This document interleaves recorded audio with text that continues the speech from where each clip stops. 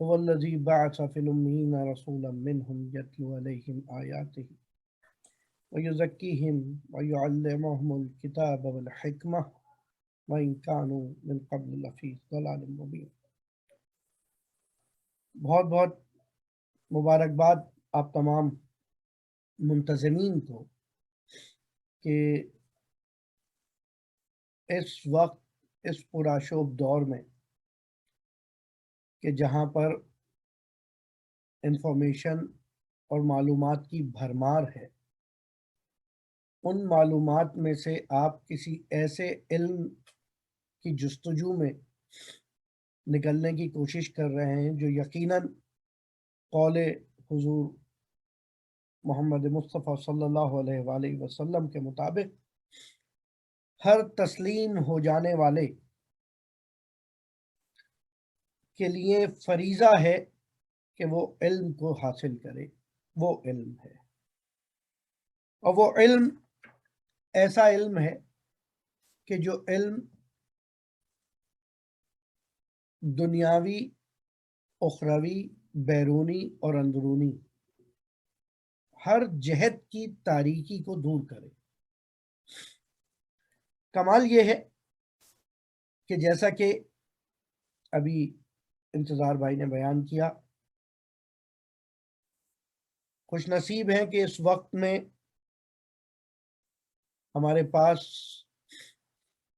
ایسے مواقع ہیں کہ یہاں سڈنی آسٹریلیا میں بیٹھ کر ہم اس وقت پاکستان میں موجود دوست عزیز، برادر بزرگ، مکرم، حجت الاسلام والمسلمین استاد حامد رضا فاضل صاحب سے استفادہ کر سکیں۔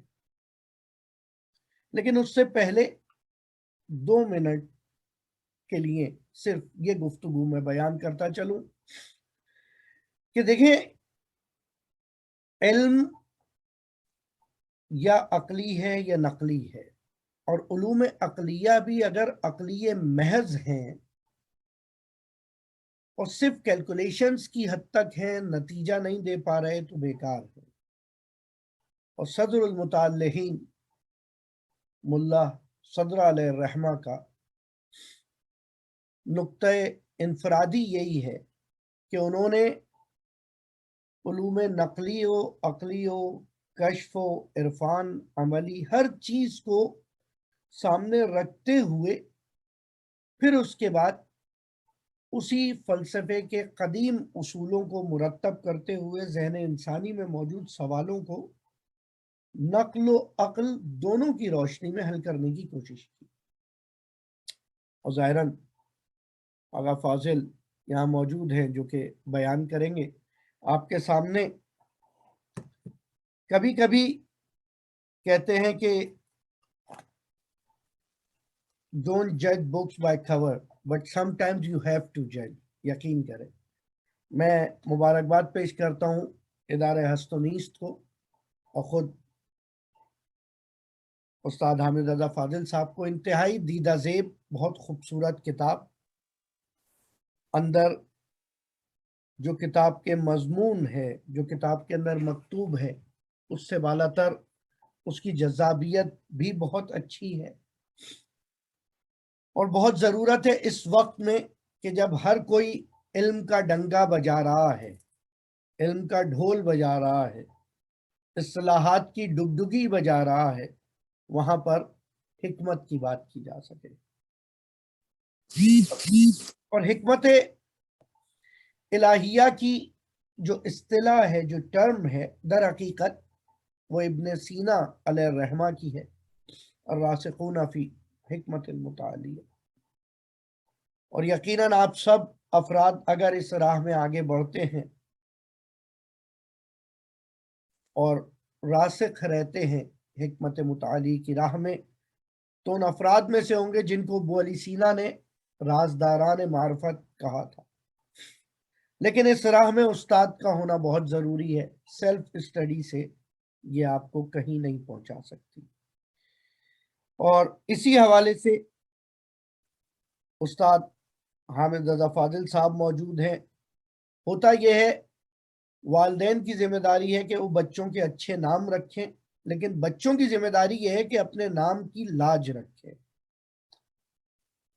ہمارے برادر بزرگ فاضل بھائی اس میں بالمسمى ہیں، نہ صرف نام کے فاضل ہیں بلکہ یقین کیجئے عملی طور پر بھی، علمی طور پر بھی ایک فاضل شخصیت ہے۔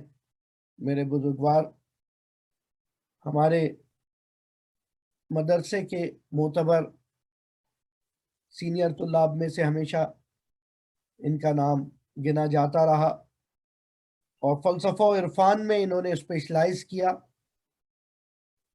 اور 12 سال فقہ و اصول کے درس خارج، درس اجتہاد کو قم میں حاصل کیا، اور اس کے بعد تقریباً 2011 سے لاہور میں ادارہ ہست و نیست سے وابستہ ہوں، جہاں پر مختلف نشستیں اور دروس کا سلسلہ جاری رہتا ہے، جس کے اندر خاص طور پہ سر فہرست فلسفہ اسلامی، عرفان، تفسیر قرآن، نہج البلاغہ اور اخلاقیات شامل ہیں۔ اور حال حاضر باقر العلوم فاؤنڈیشن اسلام آباد میں بھی تدریس و تصنیف کے فرائض انجام دے رہے ہیں، اور ایک عظیم ترین کتاب گزشتہ صدی میں جو لکھی گئی بدایت الحکمہ، علامہ طباطبائی علیہ الرحمہ کی، اس کی شرح لکھنے میں مشغول ہیں۔ علم عرفان پہ ایک کتاب لکھ چکے ہیں، اور جو ابھی پبلش نہیں ہوئی ہے، انشاءاللہ بہت جلد خدا اس کی پبلیکیشن کے راہ میں رکاوٹوں کو دور فرمائے۔ اور اسی کے ساتھ ساتھ 7 سال پہلے لکھے جانے والی کتاب حکمت صدرہ تعارف فلسفہ اسلامی کے نام سے جو پبلش ہو چکی ہے ادارہ ہست و نیست کی جانب سے، اس کتاب کے تعارفی بیانیے کے طور پہ آج کی اس بزم کا انعقاد کیا گیا ہے، اور میں معذرت چاہتا ہوں اپنی ناسازی طبیعت کی وجہ سے اس سے زیادہ پرجوش آپ کا استقبال نہیں کر سکا، لیکن یہ والہانہ ضرور ہے۔ جزاکم اللہ خیر، اس سے زیادہ میں مخل نہیں ہوں گا۔ میں دعوت دیتا ہوں بہت ہی عزت و احترام کے ساتھ قبلہ استاد حامد رضا فاضل صاحب کو کہ آئیں اور اس کتاب کے حوالے سے سامعین کو روشناس کروائیں۔ بہت شکریہ۔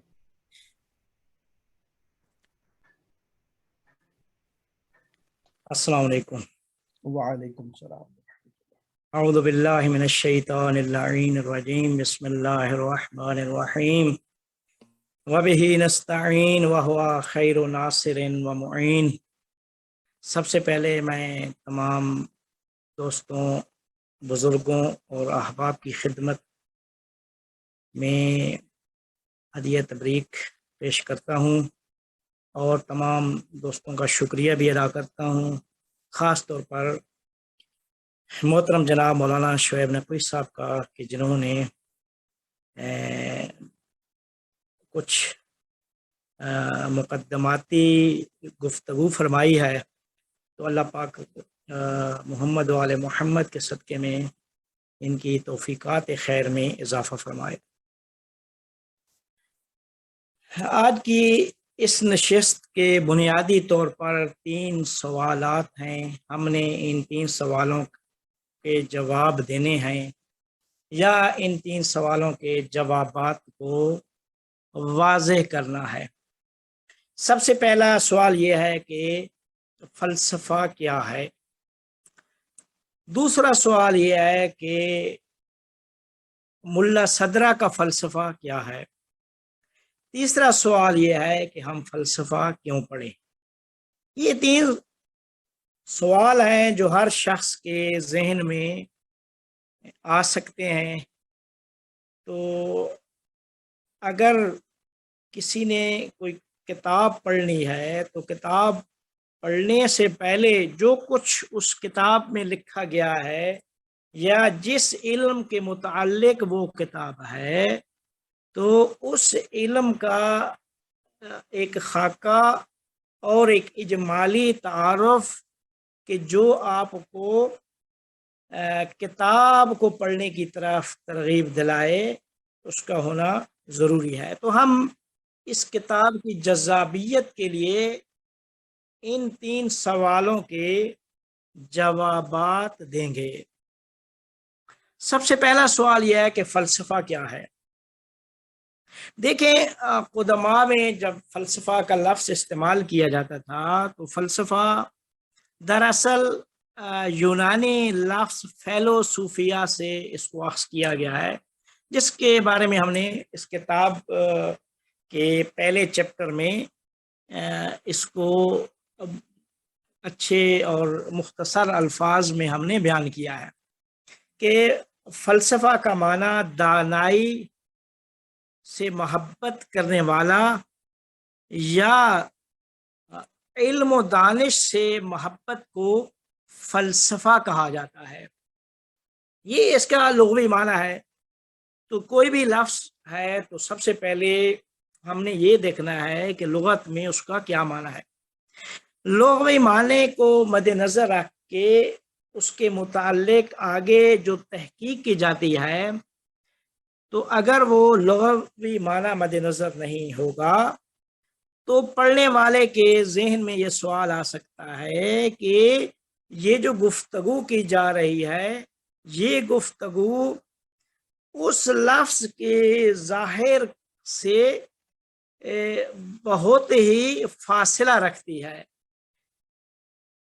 تو کچھ اسی طرح کے متفکر، جس طریقے سے ابن عربی کا نام لیا جاتا ہے کہ ابن عربی کا شاہکار یہ تھا کہ ابن عربی نے جو قرآن کی تفسیر کیا ہے یا دوسری چیزیں،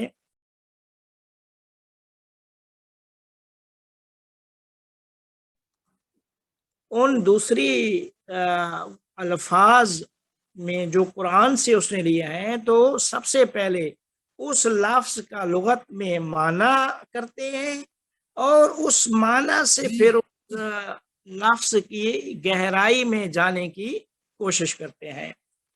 اس طرح خود اس میں احادیث میں بھی ہے کہ قرآن کا ظاہر ہے، ہر ظاہر کے 70 ظاہر ہیں، اور ہر ظاہر کا ایک باطن ہے، اور ہر باطن کے 70 باطن ہیں۔ تو یہ جتنا جتنا انسان کی علم و معرفت میں اضافہ ہوتا جائے گا، اتنا ہی الفاظ کے اندر گہرائی اور اس کے جو ایک سے زیادہ ظواہر یا اس ظاہر کے جو بواطن ہیں، ان بواطن کو انسان اتنا ہی کشف کرنے کی قدرت رکھے گا۔ تو یہ پہلے یہ تھا کہ سب سے پہلے کہ ہم یہ دیکھیں کہ فلسفہ کا کیا معنی ہے۔ فلسفہ یعنی علم دوست، فلسفہ یعنی دانائی سے محبت کرنا، علم و دانش سے محبت کرنا، یہ فلسفہ ہے۔ لیکن جب فلسفہ کو اصطلاح میں معنی کیا جاتا تھا اور کسی کو جب کہا جاتا تھا کہ فلاں شخص فلسفی ہے یا فیلسوف ہے، تو اس کا معنی یہ ہوتا تھا کہ تمام نقلی علوم کے مقابلہ میں جو عقلی علوم ہیں، ان عقلی علوم کے جاننے والے کو فلسفی کہا جاتا تھا۔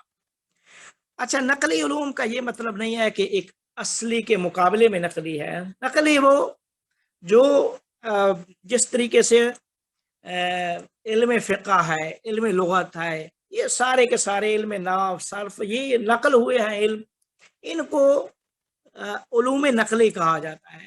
ان کے مقابلے میں ایک علم وہ ہے کہ جسے علم عقلی کے نام سے تعبیر کیا جاتا ہے۔ تو علم عقلی کو فلسفہ کہا جاتا تھا۔ تو فلسفی وہ ہوتا تھا جو تمام عقلی علوم پر دسترست رکھتا تھا۔ اب عقلی علوم میں پھر وہ ارسطو نے جس طریقے سے عقلی علوم کی قسمیں کی ہیں کہ فلسفہ کی وہ قسمیں کرتے ہیں کہ فلسفہ حکمت نظری اور حکمت عملی کا نام ہے، اور پھر فلسفہ نظری کی قسمیں کار دیتے ہیں، اور ان اقسام میں ریاضیات، طبیعیات، الہیات، اور پھر ریاضیات کی قسمیں کرتے ہیں۔ میوزک آ جاتی ہے ریاضیات میں، کیا کہتے ہیں، جیومیٹری آ جاتی ہے، ارتھمیٹکس آ جاتی ہے، اسٹرانومی آ جاتی ہے۔ اس طریقے سے کچھ 4 قسمیں ریاضیات کی بھی کرتے ہیں، پھر طبیعیات کی قسمیں، الہیات کی۔ تو جو شخص ان تمام علوم پر احاطہ رکھتا تھا اس شخص کو فلسفی کہا جاتا تھا۔ اب آپ پرانے فلسفیوں کی کتابیں پڑھیں تو فلسفی جو ہوتا تھا وہ موسیقی کا ماہر بھی ہوتا تھا۔ موسیقی کا تعلق فلسفے کی قسم ریاضیات سے ہے۔ آپ دیکھیں بڑے بڑے فلسفی گزرے ہیں، موسیقی کے علم سے آشنا تھے، جو کچھ فلاسفہ اور کچھ عرفاء کے حالات میں بھی ملتا ہے کہ وہ ایک خاص دلچسپی اور یہ چیزیں رکھتے تھے۔ ریاضیات میں آیت اللہ حسن زادہ آملی صاحب ایران میں اور حوزہ علمیہ قم میں ایک معروف و مشہور شخصیت تھی۔ تو ریاضیات بھی فلسفے کی ایک قسم تھی۔ تو کہتے ہیں کہ فلسفہ ایک بہت ہی وسیع معنی رکھتا تھا، فلسفے کا دائرہ بہت وسیع تھا، لیکن جب اسلام آیا، اسلام میں جب مسلمانوں کے پاس وہ جو فلسفے کی کتابیں تھیں یونانی زبان سے اس کو جب ترجمہ کیا گیا عربی زبان میں، خاص کر مامون نے عباسی کے دور میں جب وہ کتب تراجم ہوئی ہیں تو ان کے ترجمے جب کیے گئے تو ان ترجموں کو پڑھ کر، فلسفے کو پڑھ کر اسلامی دنیا میں بھی کچھ فلسفی پیدا ہونے لگ گئے۔ تو اسلامی دنیا میں جو فلسفی پیدا ہوئے ہیں وہ فلاسفہ کیا کہتے ہیں، ابن رشد و فارابی اور پھر ابن سینا، شیخ شہاب الدین سہروردی، یہ اس طرح پھر فلاسفہ کی ایک لائن لگ جاتی ہے۔ لیکن ہم نے چونکہ ملا صدرہ کی حکمت متعالیہ ہے اس کو سمجھنا ہے، تو اس کو سمجھنے کے لیے ہمیں یہ سمجھنا ہوگا کہ حکمت متعالیہ سے پہلے جو فکری مکاتب موجود تھے، ان فکری مکاتب کا ایک اجمالی خلاصہ جب تک ذہن میں نہیں ہوگا اس وقت تک ملا صدرہ کی حکمت متعالیہ کو سمجھنا مشکل ہو جائے گا۔ تو اس کے لیے ہم سب سے پہلے شروع کرتے ہیں کہ پیغمبر کے بعد مسلمانوں میں سب سے پہلے جو بحثیں چھڑیں وہ کلامی بحثیں تھیں، جو علم کلام میں بحثیں کی جاتی ہیں۔ علم کلام کے عالم کو متکلم کہا جاتا ہے، متکلم۔ تو سب سے پہلی جو بحث چھڑی قضاء و قدر اور جبر و اختیار کی تھی، اس میں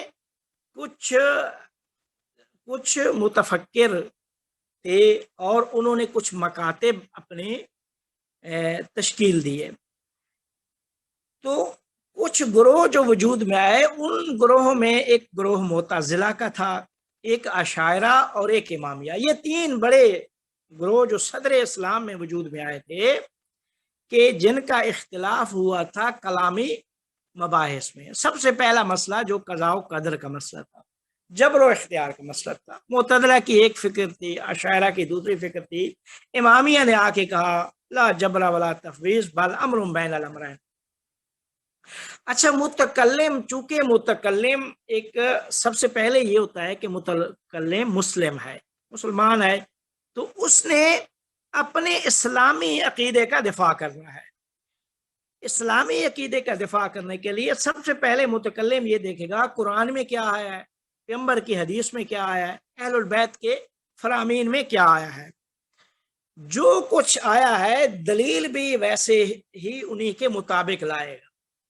تو متکلم کا جو ہدف ہے شناخت، حقائق کی شناخت میں، حقیقت کی شناخت میں متکلم کا جو ہدف ہوتا ہے وہ ہدف پہلے سے متعین ہے، اس کے ذہن میں پہلے سے ہے کہ میں نے اپنے قرآنی نظریے کا دفاع کرنا ہے۔ اللہ نے فرمایا میں جسم و جسمانیات سے مبرہ ہوں، تو میں نے وہ دلیل لانی ہے کہ جو اسی چیز کو ثابت کرے۔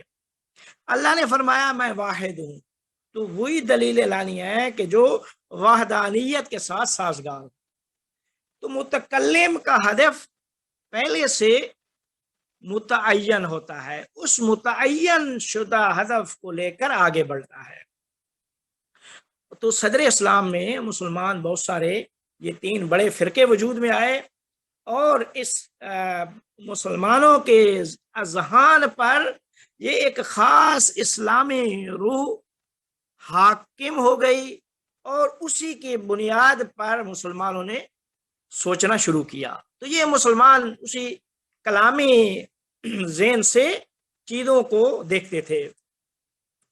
جب یہ فلسفہ یونانی زبان سے عربی میں ترجمہ ہوا، تو عربی میں ترجمہ ہونے کے بعد جب عالم اسلام میں فلسفہ وجود میں آنے لگ گئے، تو سب سے پہلے فلسفی کہ جس نے ایک اپنا باقاعدہ مکتب تشکیل دیا، وہ شیخ ابو علی سینا ہے، ابن سینا کے نام سے جنہیں یاد کیا جاتا ہے۔ یہ 3 یعنی 4 صدی ہجری میں، 3 سے 4 صدی ہجری میں وجود میں آئے تھے۔ تو ان کا ایک بہت بڑا فلسفہ جو آج تک دنیا میں پڑھا جاتا ہے، اور دنیا میں اس کے متعلق بہت کچھ کہا گیا، بہت بڑی بڑی اس کے اوپر گفتگویں کی گئی۔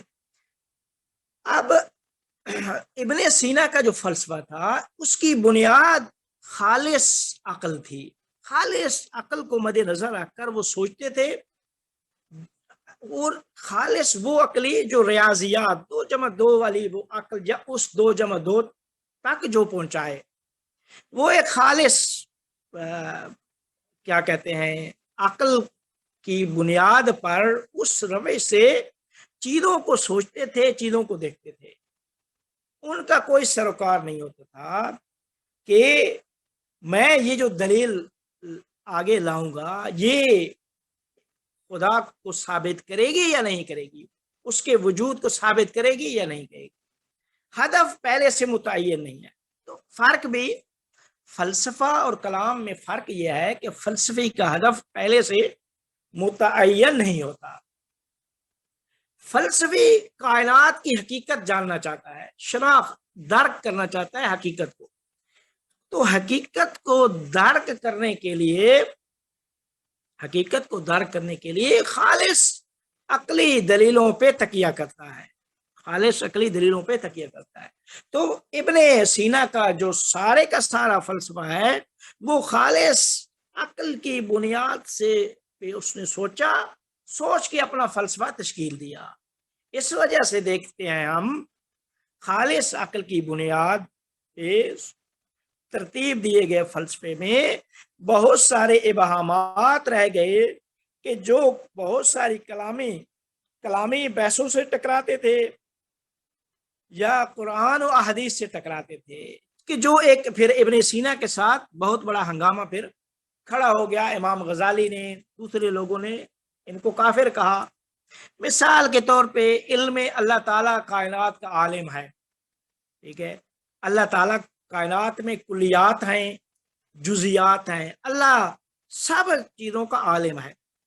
ابن سینا نے جو نظریہ پیش کیا، اس سے امام غزالی نے اعتراض کر دیا کہ اس سے یہ ثابت ہوتا ہے کہ اللہ تعالیٰ کلیات کا عالم ہے، جزیات کا عالم نہیں ہے، اور پھر اس سے ان کو کافر کہنا شروع کر دیا کہ آپ اللہ کے عالم مطلق ہونے کے منکر ہو رہے ہیں۔ اور یہ ایک مسئلہ تھا۔ اس کے علاوہ ابن سینا معاد جسمانی کی بحث میں جب آتے ہیں، معاد جسمانی میں کہ وہ ثابت نہیں ہوئی، آخر میں دلیلیں دیں، شروع کی بحث دلیلیں دیتے آئے، آخر میں پتہ چلا کہ یہ ثابت نہیں ہوتی۔ تو فرمایا کہ عقلی لحاظ سے ثابت نہیں ہے، فلسفی لحاظ سے میرے نزدیک ثابت نہیں ہو رہی، چونکہ صادق مخبر پیغمبر اکرم صلی اللہ علیہ وآلہ وسلم نے فرمایا کہ مواد جسمانی حق ہے، تو میں اسے قبول کر رہا ہوں، اس بنیاد پہ قبول کر رہا ہوں، فلسفے کی روح سے یہ چیز ثابت نہیں ہوتی۔ وجہ یہ تھی کہ خالص جو عقل تھی، اس خالص عقل کی بنیاد پہ تشکیل دیے ہوئے فلسفے میں ابہامات اور علمی مشکلات رہ گئی تھیں کہ جن کو برطرف کرنے کے لیے بھی کافی زور لگانا پڑا۔ پھر امام غزالی جو جتنے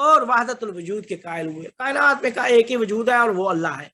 باقی سب اس وجود واحد کے سایہ ہیں، اس کے مظاہر ہیں، اس کی تجلیات ہیں. وجود ایک ہے. وحدت الوجود کا نظریہ دیا، اس نظریے پہ پھر پورے کے پورے عرفان کو لا کھڑا کیا.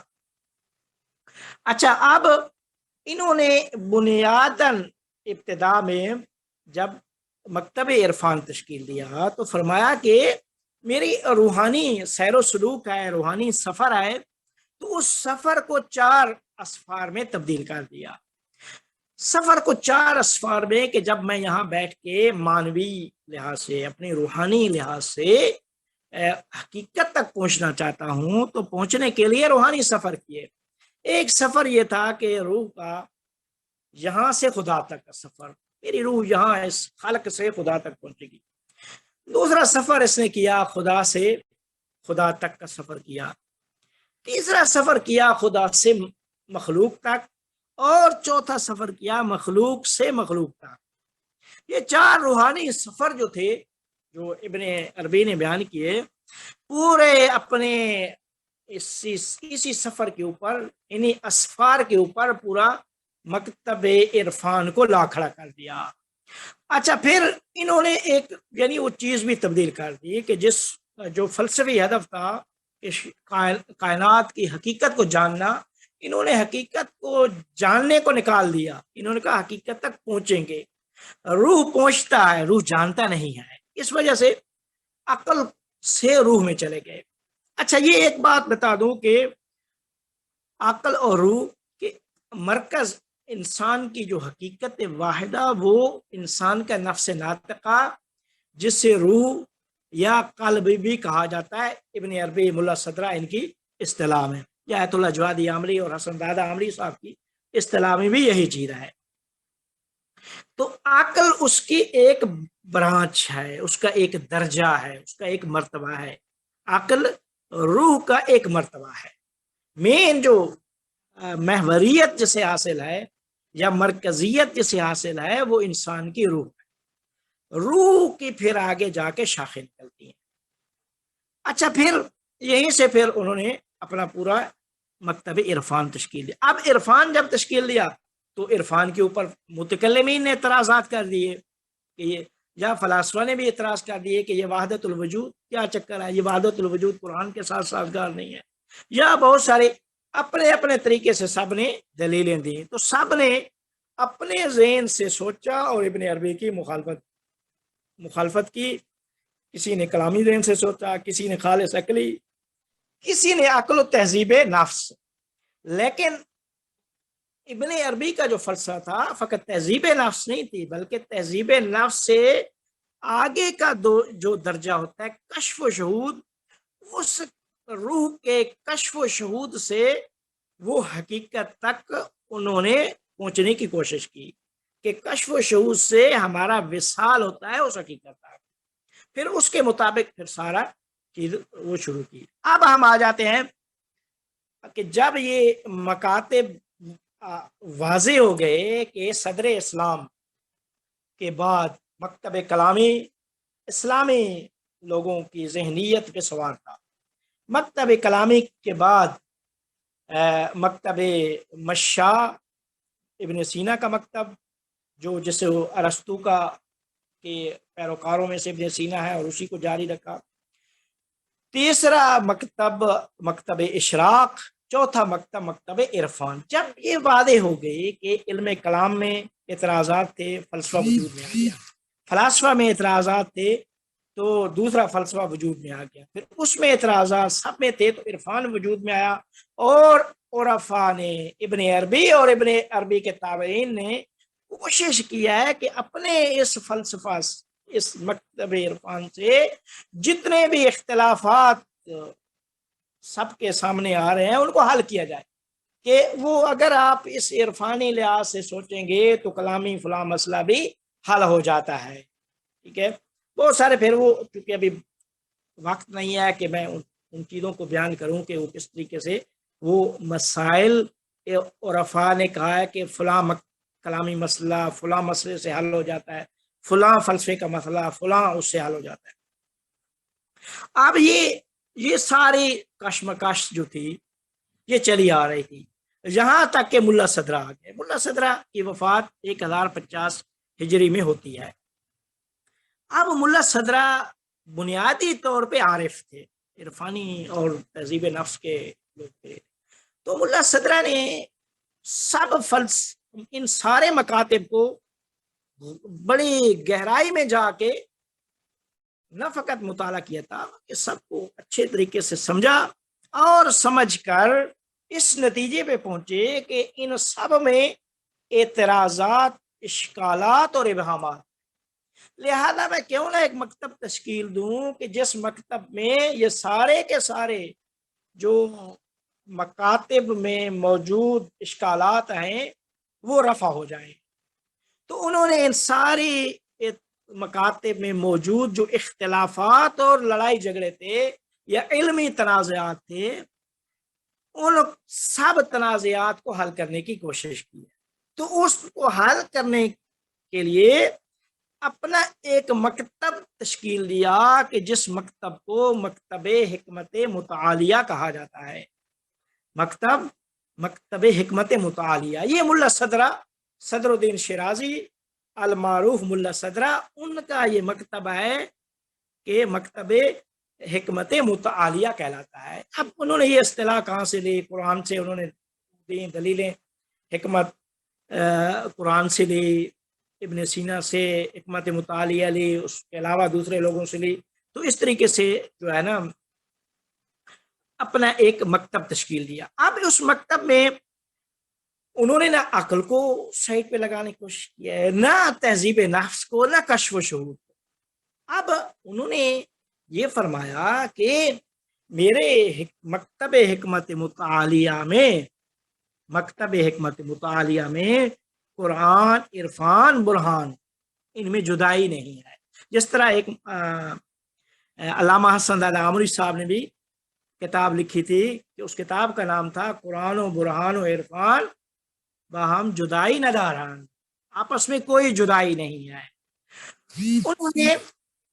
انہوں نے یہ فرمایا کہ وہ عقل، ہم اگر اس عقل جو منور بنور اللہ مؤید بتائید اللہ، وہ عقل، اس عقل سے سوچا گیا فلسفہ یا اس عقل سے لی گئی رائے اور لیا گیا نظریہ، اور جو کشف و شہود سے لیا گیا نظریہ، اور قرآن جو کشف و شہود سے بالاتر ایک درجہ ہے وحی و الہام کا، تو ان سب سے لیے گئے جو اصول ہیں یا مسائل ہیں، اگر ان کو گہرائی میں جا کے دیکھا جائے تو ان میں کسی قسم کا کوئی آپس میں اختلاف نہیں ہے۔ وہی کہہ رہی ہے جو عقل خالص عقل نہیں، المنور بنور اللہ، اس کے لیے پھر شرائط لکھی کہ عقل، آپ ویسے انسان بیٹھ کے آپ سوچنا شروع کر دیں نہیں، عقل کو تہذیب نفس سے منور کریں، منور بنور اللہ کریں، اس عقل کی بنیاد پہ سوچنا شروع کریں، اس عقل سے آپ گہرائی میں جائیں، پھر جو کشف و شہود میں سے گہرائی میں جا کے جو مسئلہ آپ اخذ کریں گے تو ان دونوں مسئلوں میں آپس میں کسی قسم کا اختلاف نہیں ہے۔ تو لہذا انہوں نے جتنے سارے کے اختلافات اور تنازعات تھے، انہوں نے یہ کہا کہ سارے تنازعات یہ آ کر حل ہو جاتے ہیں میرے مکتب حکمت متعالیہ میں۔ تو اس وجہ سے انہوں نے حکمت متعالیہ، سب سے بلند حکمت، اس کا نام دیا، اپنے مکتب کو حکمت متعالیہ کا نام دیا کہ یہ سارے کے سارے مکتب اس میں آ کے جمع ہو جاتے ہیں۔ اسی وجہ سے آپ دیکھیں گے ملا صدرہ کے فلسفے میں ابن عربی کی جھلک ہے، ابن سینا کی جھلک ہے، شیخ شہاب الدین سہروردی کی جھلک ہے، سب کی، قرآن کی جھلک ہے، احادیث کی جھلک ہے، فرشتوں کی بحث کی ہے، دوسری جگہوں پہ بہت سارے مسائل معاد میں گفتگو کی ہے۔ تو سارے ایک نظریہ دیتے ہیں اس عقل سے ایک فلسفی نظریہ، پھر قرآن سے اس کی گہرائی میں جاتے ہیں تو جا کے کہتے ہیں کہ قرآن وہی کہہ رہا ہے کہ جو میری فلسفہ کہہ رہا ہے، قرآن وہی کہہ رہا ہے جو کشف و شہود کہہ رہا ہے۔ تو یہ پھر فرمایا کہ میرے اس مکتب میں سارے مسائل آ کے حل ہو جاتے ہیں۔ تو پھر یہیں سے ابن ملا صدر نے پھر کیا کیا اپنے فلسفے میں، ملا صدر نے اپنا جب حکمت متعالیہ کا نام رکھا تو اس کی بنیاد، چونکہ فلسفی مکتب ہے، تو ملا صدر نے ابن عربی کے 4 روحانی سفر جو تھے، ان 4 روحانی سفر کو ابن عربی سے اخذ کر کے 4 عقلی سفروں میں تبدیل کیا۔ فرمایا کہ جس طرح علم عرفان میں 4 عرفان روحانی سفر ہیں، میں فلسفہ میں 4 عقلی سفر کرتا ہوں۔ تو 4 عقلی سفروں کی بنیاد پر پورے کا پورا فلسفہ تشکیل دیا اور اپنی ایک کتاب لکھ ڈالی، الاسفار الاربع، 4 سفر، یعنی الاسفار سفر کی جمع اسفار ہے، 4 سفر حکمت متعالیہ میں۔ تو وہ جو 4 عقلی سفر ملا صدر نے انجام دیے، تو پہلا سفر خالق سے مخلوق یعنی خالق سے خالق تک کا سفر ہے، یا خالق سے حق تک کا سفر ہے۔ اس میں وہ سارا پورے کا پورا جو حکمت متعالیہ کا جو پہلا حصہ ہے، جسے الہیات عام بھی کہا جاتا ہے یا امور عامہ بھی، ملا صدرہ اس کو اسفار میں لکھتے ہیں، امور عامہ یا الہیات عام۔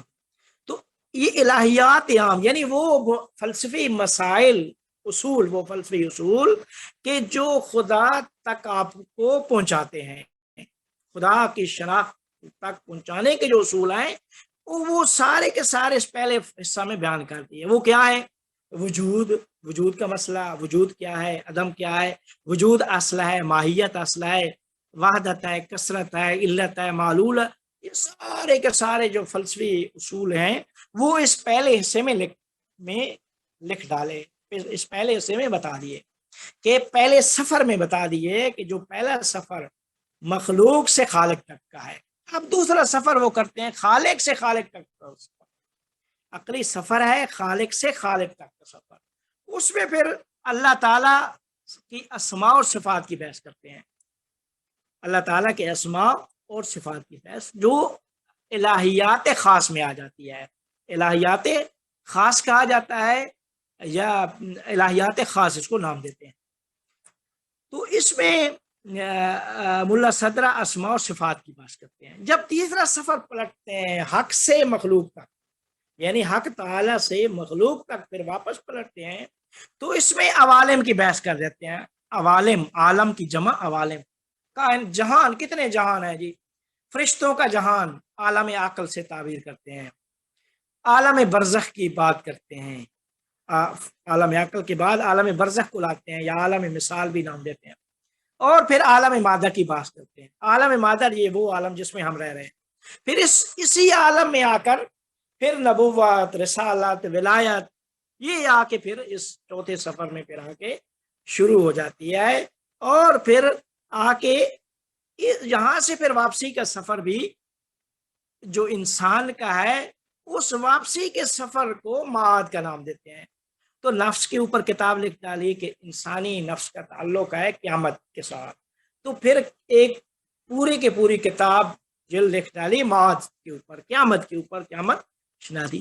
تو یہ پورے ملا صدرہ کے پورے فلسفے کے جو مسائل ہیں وہ انہوں نے اس طریقے سے ترتیب دیے ہیں کہ ابن عربی سے انہوں نے 4 روحانی سفر لے کر 4 عقلی سفروں میں تبدیل کر کے اپنا فلسفہ تشکیل دیا۔ پھر اس کے بعد پھر ملا صدرہ نے 9 آوریاں کی ہیں، جو پچھلے فلاسفہ میں مسائل یا ان میں اختلافی تھے، یا ان تک وہ پہنچے نہیں تھے، یا سوچا نہیں گیا تھا، یا پھر ابن عربی نے یعنی ملا صدرہ نے پھر اس کو اپنی کچھ ابتکاری، جدید اور نوآور نظریات جو تھے ان کو پھر اپنے فلسفے میں لے آیا ہے۔ مثال کے طور پہ ایک نظریہ جب وحدت وجود جو ملا ابن عربی سے لیتے ہیں، ابن عربی فرماتے ہیں کہ وجود واحد ہے کائنات میں، یہاں سے پھر شروع کرتے ہیں فلسفے کو کہ وجود واحد ہے اور وہ حق تعالیٰ کی ذات، باقی کوئی وجود نہیں ہے، سب اس وجود کی تجلیات اور مظاہر ہیں۔ اس وجود کی جو تجلیات ہیں ان تجلیات میں کثرت پائی جاتی ہے، ان مظاہر میں کثرت ہے، تجلیات میں کثرت ہے۔ اچھا، ملا صدرہ نے آ کے کہا کہ میں بھی قائل ہوں، انہوں نے بھی آ کے یہی نظریہ دیا کہ وجود کی حقیقت واحد ہے، وجود حقیقت واحدہ رکھتا ہے، لیکن اسی وجود کے پھر مرتبے اور درجے ہیں۔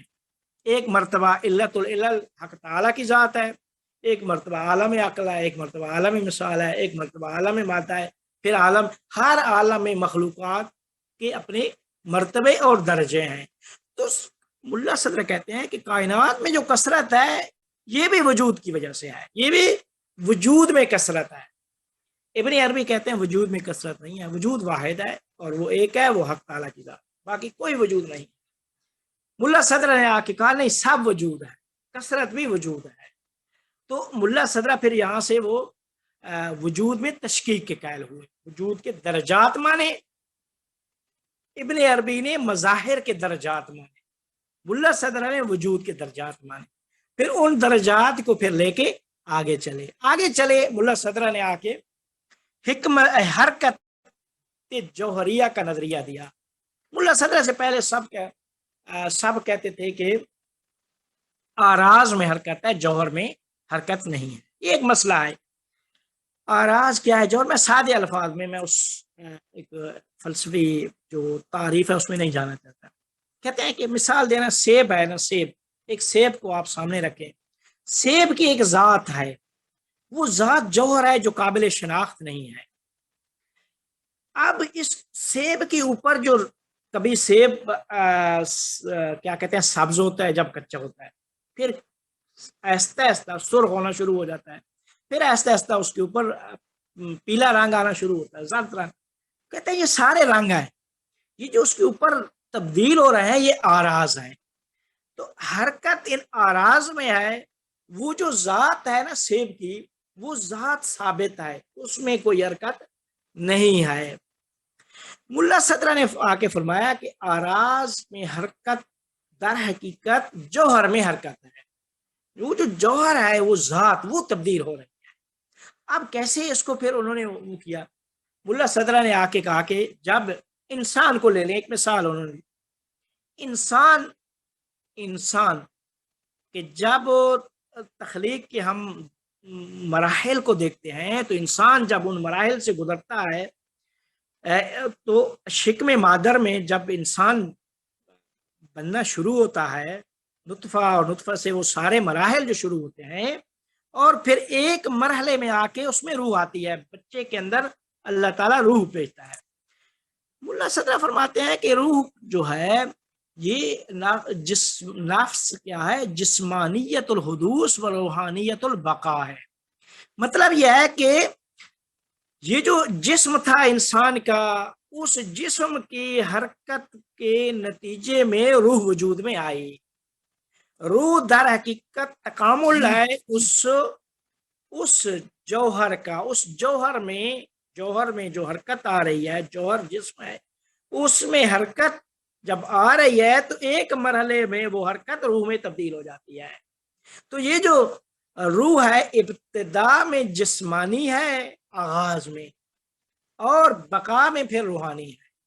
پھر وہ یہی روح پھر انسان کو لے کے اس کے بدن کے ساتھ لے کے آگے چلتی ہے۔ جب آگے چلتی ہے تو کائنات، بچہ جب اس عالم میں آتا ہے، آنکھوں سے دیکھنا شروع کرتا ہے، ہاتھوں سے لمس کرنا شروع کرتا ہے، اس کے علم کا آغاز ہو جاتا ہے، وہ ادراک کر رہا ہے چیزوں کو، کائنات کو درک کرتا ہے۔ تو یہ ادراک جو کر رہا ہے بچہ، تو یہ جو اس کا ادراک ہے، یہ کائنات میں جتنی بھی یہ جو صورتیں، علمی صورتیں اس کے پاس آ رہی ہیں، ابن سینا فرماتے ہیں کہ یہ صورتیں ہیں، علمی صورتیں، یہ اس کے ذہن، اس کی عقل میں جمع ہو رہی ہے۔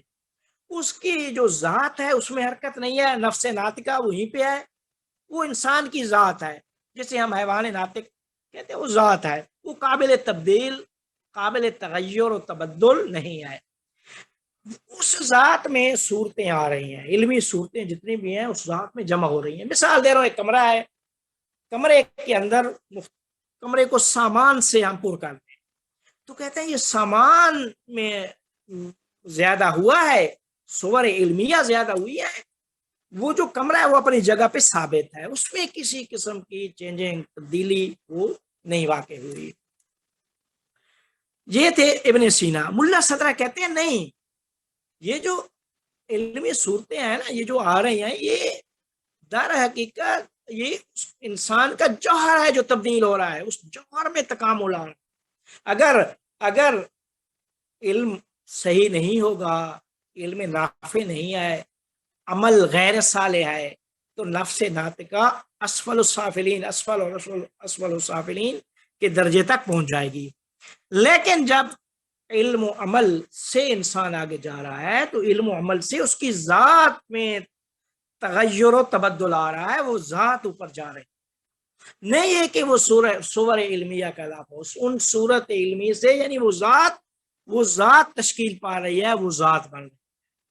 تو یہ بنیادی فرق ملا صدرہ اور ملا صدرہ سے پہلے یہ تھا۔ پھر یہیں سے پھر علم کی بحث میں اتحاد عاقل و معقول کے نظریہ دیتے ہیں۔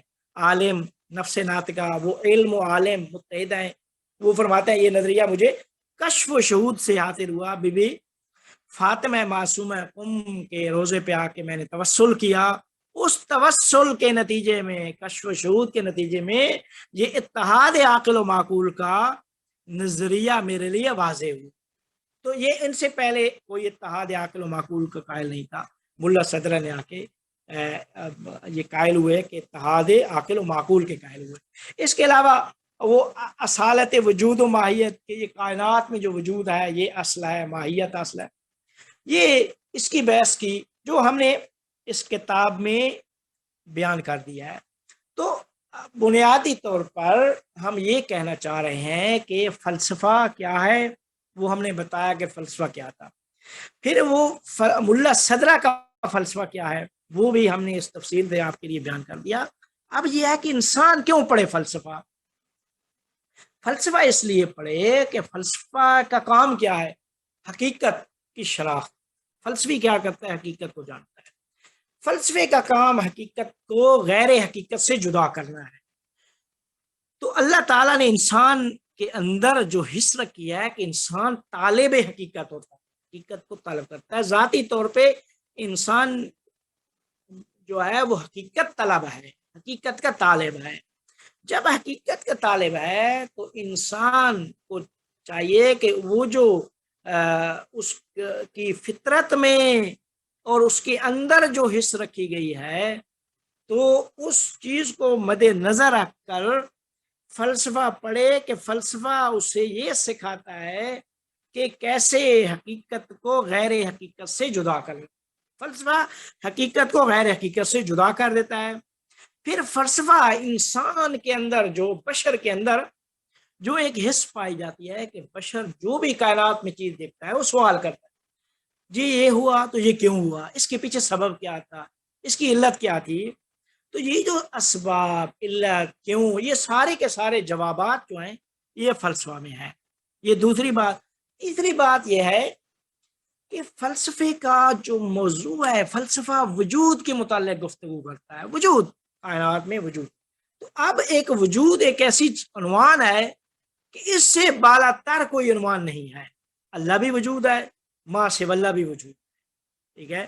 تو اب جب وجود سے بالا تر کوئی درجہ نہیں ہے تو جنہوں نے اپنا وجود ثابت کرنا، تمام علوم کے علاوہ جو چیزیں ہیں جن کو انہوں نے اپنا وجود ثابت کرنا ہے، ہر شے کو وجود ثابت کرنے کے لیے فلسفہ کی ضرورت ہے۔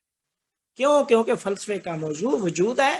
فلسفہ وجود کے متعلق بحث کرتا ہے اور جو وجود کے کلی احکام ہیں ان کے بارے میں بحث کرے گا کہ یہ وجود واحد ہے یا کثیر ہے، یہ وجود علت ہے یا معلول ہے، وجود قدیم ہے، حادث ہے، ان ساری چیزوں کے متعلق آگے فلسفہ میں بحث ہوتی ہے. تو فلسفہ جب وجود کے متعلق بحث کرتا ہے اور ہم نے وجود، جب علوم نے اپنا وجود ثابت کرنا ہے تو تمام علوم کو، تمام علوم کے پڑھنے والے کو بھی فلسفہ پڑھنے کی ضرورت ہے. جو ریاضیات پڑھ رہا ہے، جو سائنس پڑھ رہا ہے، جو مثال کے طور پہ جتنے دوسرے علوم میں پڑھ رہا ہے، ان سب کو فلسفہ پڑھنے کی ضرورت ہے. کیوں؟ کیونکہ فلسفے کا جو موضوع ہے اس سے بالا تر کوئی عنوان نہیں ہے.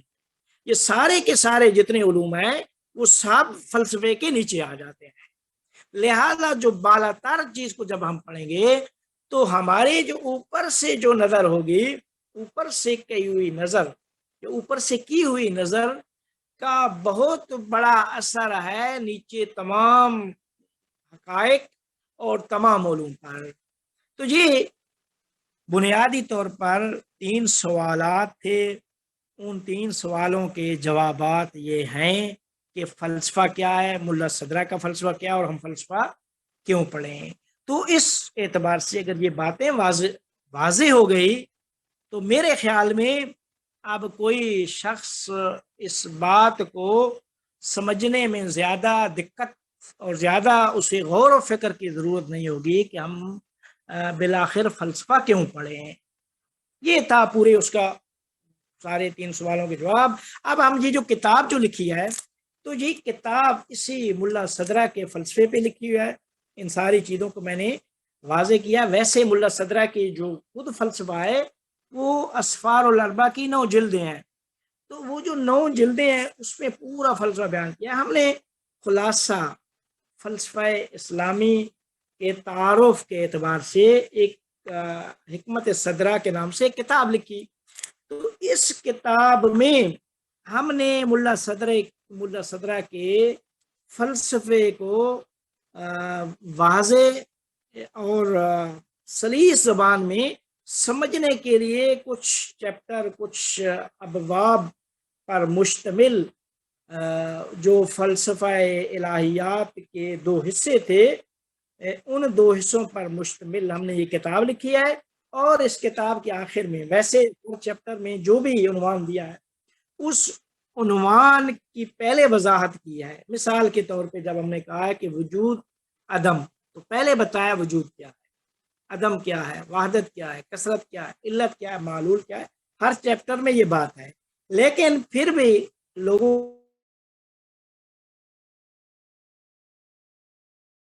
لوگوں کی زیادہ آسانی کے لیے اس کتاب کے آخر میں ہم نے اصطلاحات کو ذکر کر دیا ہے کہ ایک اصطلاح اور اصطلاح کی ایک لائن میں ہم نے تعریف کر دی. تو میرے خیال میں اگر کوئی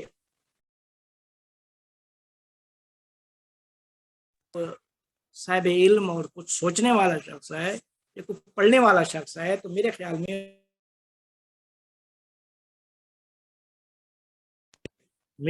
میں اسے اس فلسفہ کو سمجھنے میں زیادہ دقت نہیں ہوگی اور وہ آسانی سے اس کو سمجھ سکے گا.